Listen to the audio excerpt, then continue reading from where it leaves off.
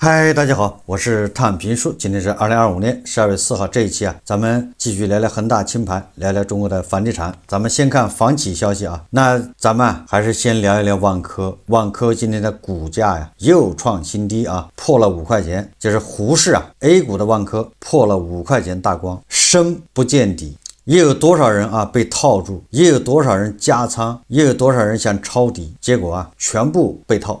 12月4號，市場消息稱，萬科正對外報價20億元出售上海陸家嘴核心商業體濱江萬科中心，交易方式擬為股權整體轉讓。該項目位於浦東新區民生路118號雙軌交上蓋，總面積5.4萬平米，甲級寫字樓3萬平米，商業配套2.4萬平米。目前辦公租金6到7元每平米每天。為了還債啊，沒辦法，趕緊出售資產，要增加它的流動性。為什麼呢？這個很多人看過萬科的這個報表啊，就是萬科現在能夠動用的現金資金啊只有9億。有很多人說啊，萬科賬上還有幾百億的這個資金，貨幣資金啊，這個就和這個融創暴雷前一樣啊。融創暴雷之前賬上有1400億的現金，但是他付不起供應商的10萬塊錢的貨款。為什麼？因為他賬面上顯示的貨幣資金都是受限的，也就是說啊，都是在這個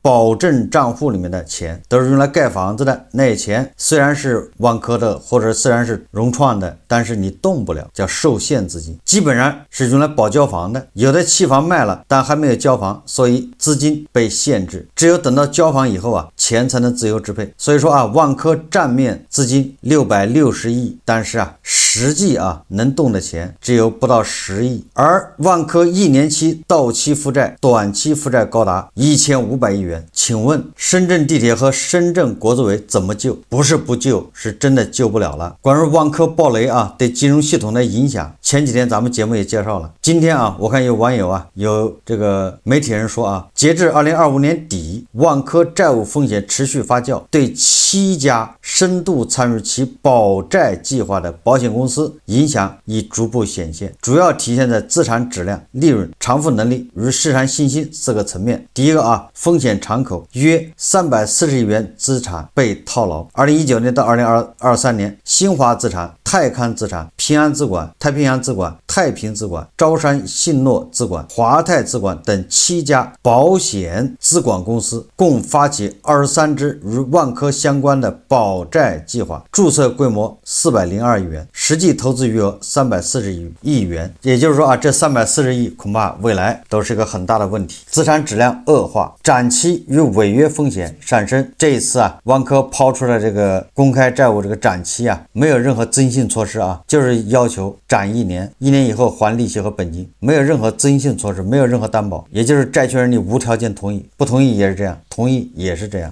現在對金融機構來說啊，是叫進退兩難。如果抽貸，那萬科就直接完蛋，觸發全面違約，險資本金回收更難。若是展期，按照萬科說的啊，推遲1年，那麼又面臨着萬科經營持續惡化帶來的本金縮水的風險，且未來收益高度不確定。總之啊，不管是保險資金，還是社保基金，還是銀行的資金，進入萬科以後啊，現在都是成了燙手的山芋，可以說啊，進退兩難。也有網友啊，把矛頭指向了萬科的管理層。我想這個遲早啊，管理層是要承擔責任的。萬科的管理層，你比如說啊，萬科的有一個獨立董事叫劉書威，這位曾經的啊上市公司藍田股份的財務打假，這個劉書威立下汗馬功勞。但是啊，這個劉書威擔任萬科的獨立董事之後啊，你不管怎麼說啊，不管他做了什麼工作，他公開表態是什麼，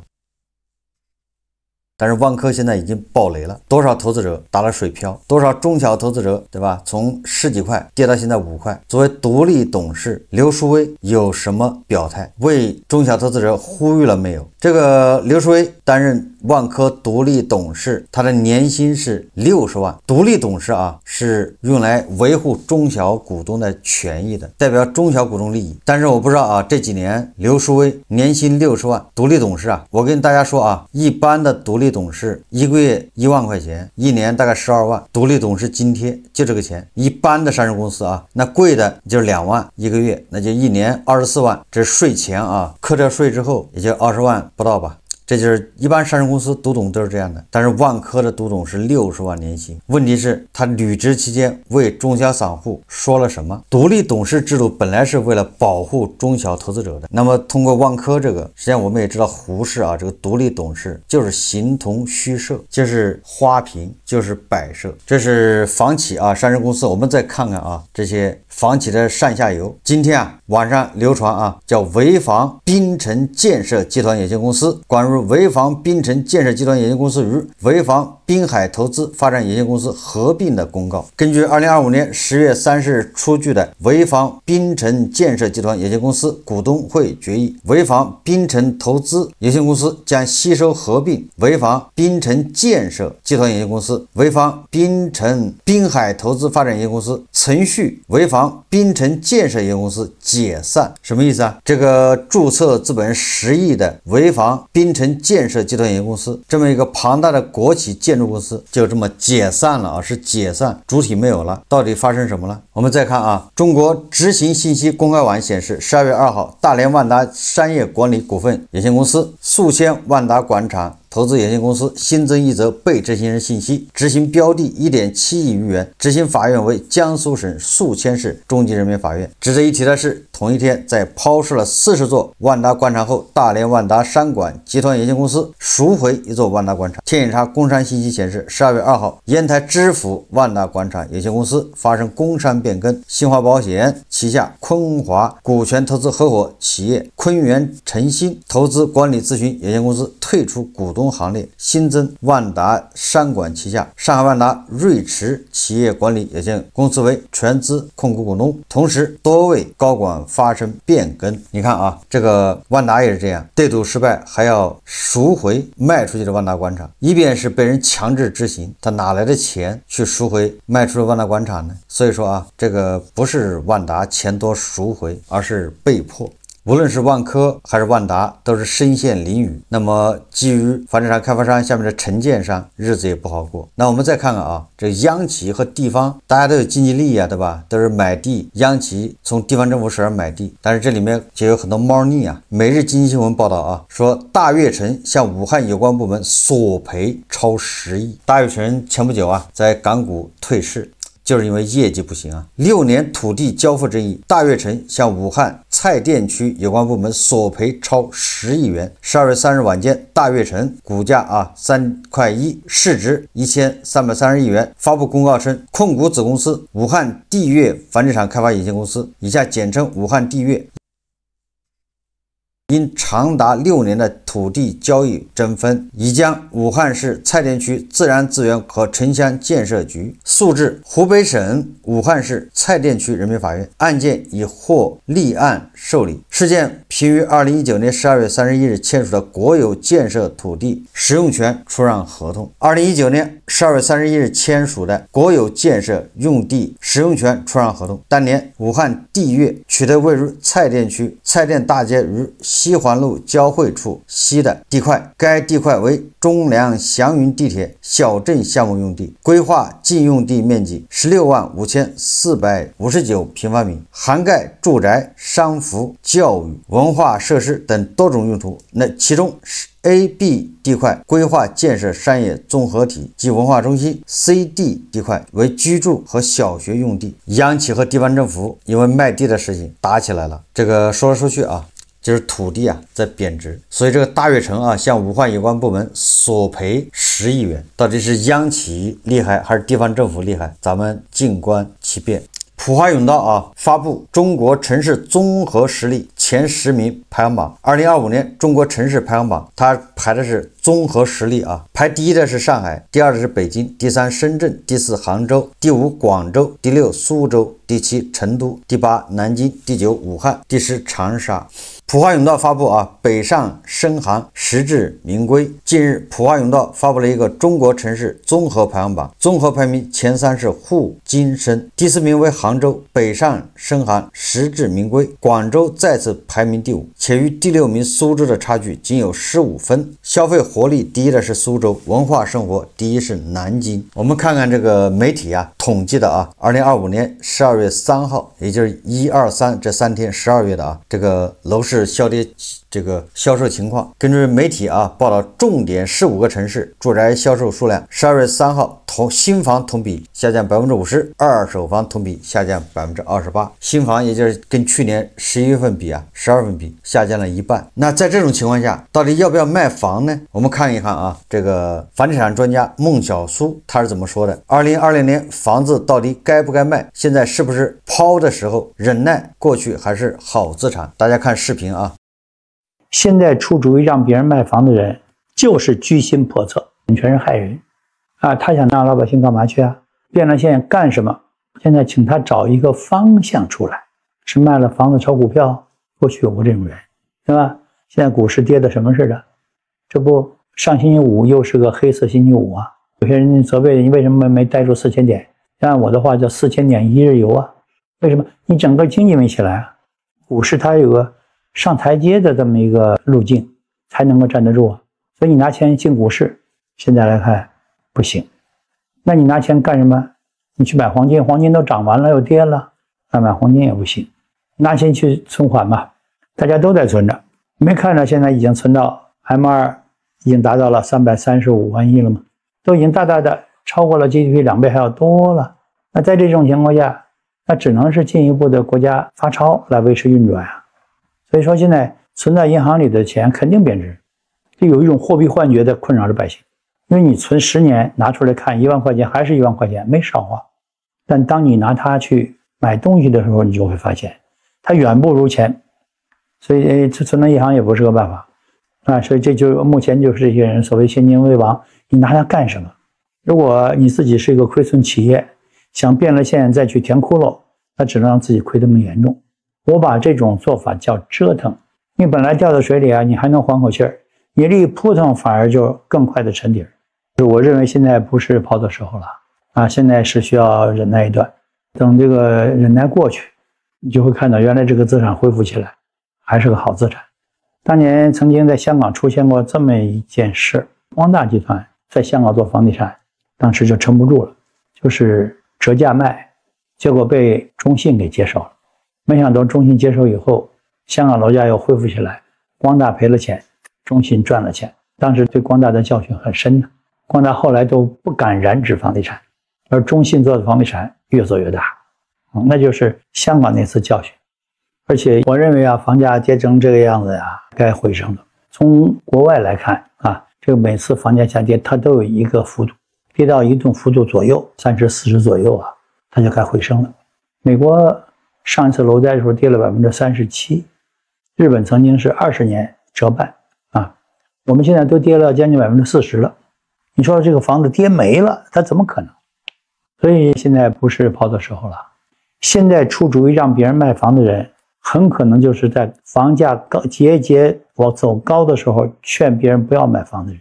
他們判斷事情總是反的，有一種賭博的心理。你比如當年明明看着在漲，他總是賭要跌。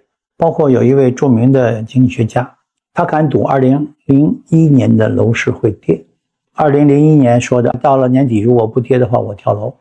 但是他不是研究房地產的，又好跟着人家說房地產啊，就做了一種賭博似的，實際上就把自己的信用賭到裡邊。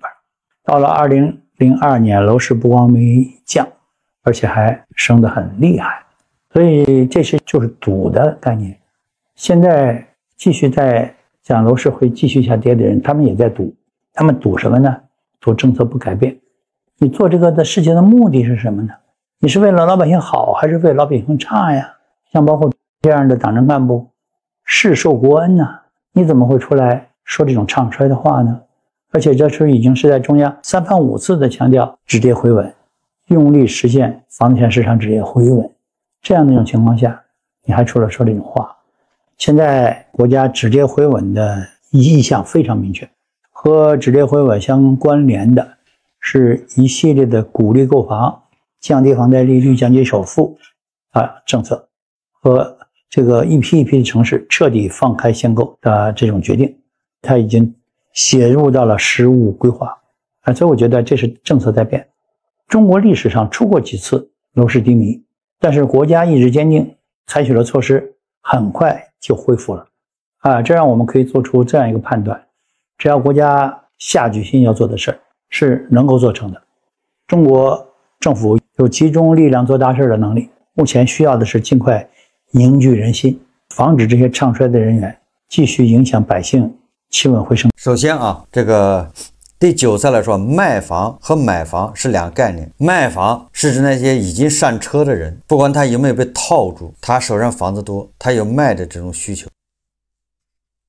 但是這個時候啊，你說賣房該不該賣，我也不知道，說不好。但是你這個時候買房，那就得好好說道。第一個，你買房目的是什麼，對吧？如果是就因為它價格便宜，我買一套，還是說我到了這個年紀了，對吧？總之啊，就是說你買房賣房這個時候是不一樣的。賣房說明你有資產，你把資產變成錢，還是持有資產，哪個賽道更穩的？買房不一樣啊，買房是你要加槓桿，還是你是有錢？如果你有錢，純粹是消費，那你什麼時候買都可以，对吧？看你的心情，因為有錢难買你願意，這個沒毛病啊，你開心。所以說啊，對買房來說，我認為啊，如果你不需要加槓桿，你純粹是消費，那你對吧？根據自己實力想買就買，沒人能笑話你，對吧？你現在買了，你住了，你享受了，對吧？你這個心情不一樣，你有了自己的房子，第一套房子、剛需房等等，這種感覺不一樣，這個不是錢能帶來的，這叫及時滿足。那麼賣房呢，我不能不說啊，這個孟小蘇說的有一部分道理，也就是說你這個時候你賣房又有兩種情況，一種就是說我这個按揭貸款斷了，必須把房子賣了處理了，這是一種，那沒辦法。還有一種什麼呢，就是我又不缺錢，我又不是按揭貸款，我纯粹就是我認為現在價格還可以賣掉，等到什麼時候跌了我再買，或者我在這個地方我認為價格還可以賣掉，我去別的地方去日本、美國買房等等啊，這種賣房就不好說了，你把資產變成現金是不是就更安全，這個另當別論。所以總的來說啊，買房我建議啊，對吧？你的量力而行，本着消費啊，你消費得起你就消費，消費不起那當然就不消費了。那麼賣房呢，如果你沒有槓桿的話，那你得慎重，对吧？你把房子賣了，你錢回來幹什麼？你也被別人借，被別人惦記上來，別人炒股加槓桿借你的錢，你也不好意思跟人要利息，最後那個錢也很有可能賠了，竹籃打水一場空，肉包子打狗有去無回，對吧？現在可以說啊，沒有什麼資產可以保值的，很難，對吧？黃金已經到了高位，股票這個我認為啊，這個孟專家說的也對，股票4000年一日遊，你敢買嗎？這些說的都是比較肺腑之言啊。我們再看看这個房地產行業怎麼樣。2024年中國房地產行業從業人數169萬人，較2019年巔峰期294萬人下降了43%，幾乎腰斬。這個5年間啊，房地產從業人數少了125萬，這個10年曲線從一路衝高到斷崖式下跌，行業的凛冬背後是多少職業崗位消失啊，以及洗牌。野村證券呢，分析師在一份報告中表示，由於持續的需求逆風，預計中國 GDP 增長將在2026年從預期的4.9%放緩至4.3%。他們表示，由於中國在製造業領域的無與倫比的強勁，出口增長應保持韌性。由於2024年到2025年耐用品以及以舊換新補貼計劃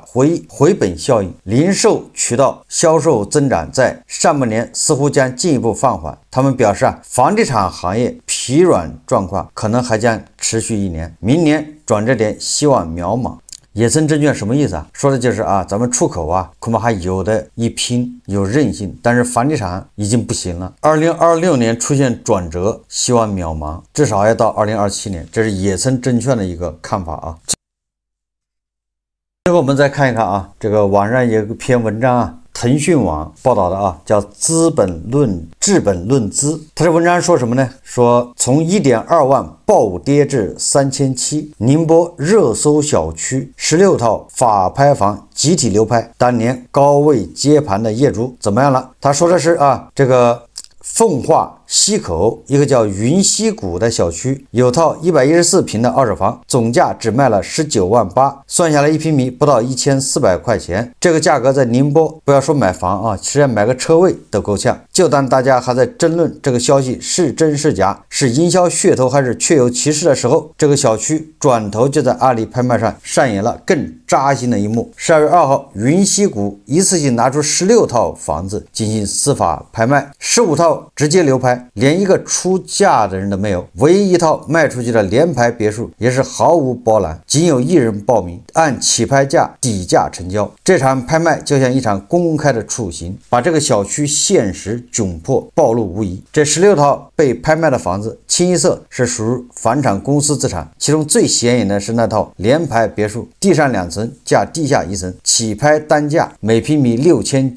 塊。另外15套高層和洋房房源，起拍單價更是讓人低的炸舌，全部不超過4000塊1平米，最低一套每平米3723元，最高的也不過3937元。当初1.2万的房子，现在法拍起價直接砍到3700，價格跌幅70%。更恐怖的是，这不是個例，今年這個小區在法拍平台上的成交記錄，更是能感受到這種喋喋不休的態勢。今年7月9號，一套面積120多平的聯排別墅以118萬的總價起拍，最終只有1個人報名，底價成交，單價9763元。8月12號，一套142平左右的洋房在第一次流拍後第二次拍賣，起拍總價50萬，同樣只有1個人出手，單價3513元成交。本次16套房子拍出一套的結果，已經充分說明市場接受度。法拍房市場往往被視為樓市的體溫計和顯微鏡，它能清晰地映照出一個區域或一個樓盤最真實的供需關係和價值共識。雲溪谷高達94%的流拍率，說明什麼呢？說明市場沒有任何信心。問題是，類似雲溪谷這樣的案例在當前的寧波樓市並非孤立，它集中暴露那些位於遠郊、嚴重依賴概念炒作，但實際配套跟進緩慢的畫餅樓盤所面臨的共同窘境。在房地產市場上行周期，這些故事還能吸引人追逐。一旦市場進入調整期，資金和需求回歸理性，這些區位先天不足、配套後天失調的資產便會最先經歷價格的猛烈回調。阿里拍賣平台上這些3000多1平米的起拍價看似是撿漏機會，但市場用極高的流拍率給出了冰冷的回答。在很多人看來，這個價格可能仍然沒有觸底，或者這個資產本身存在硬傷。這不禁讓人想起